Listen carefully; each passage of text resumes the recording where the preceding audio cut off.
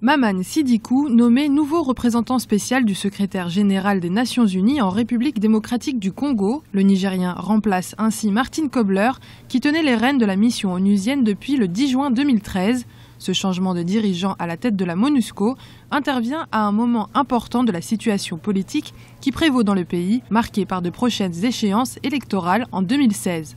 Je ne saurais dire avec certitude si les progrès enregistrés tiendront sur le long terme ou si le spectre de la violence ne risque pas de ressurgir et de saper les avancées jusqu'ici réalisées.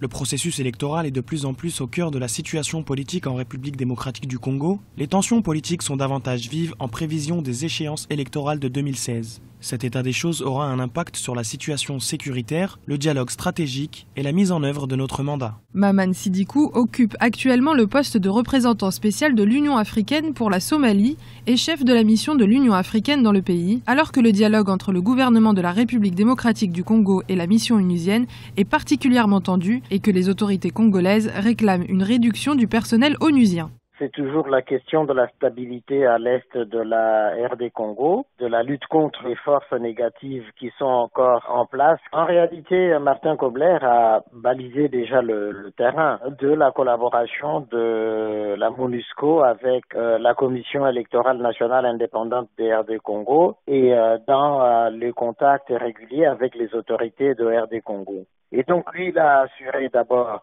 le maintien de la présence de la MONUSCO et en même temps rappeler simplement au gouvernement congolais que la mission des Nations Unies n'est pas contre le gouvernement congolais mais pour le peuple congolais, pour la RD Congo. En plus de la situation politique et sécuritaire qui prévaut en République démocratique du Congo, Maman Sidikou aura également à faire face à un certain nombre d'accusations relatives à l'application des droits de l'homme dans le pays.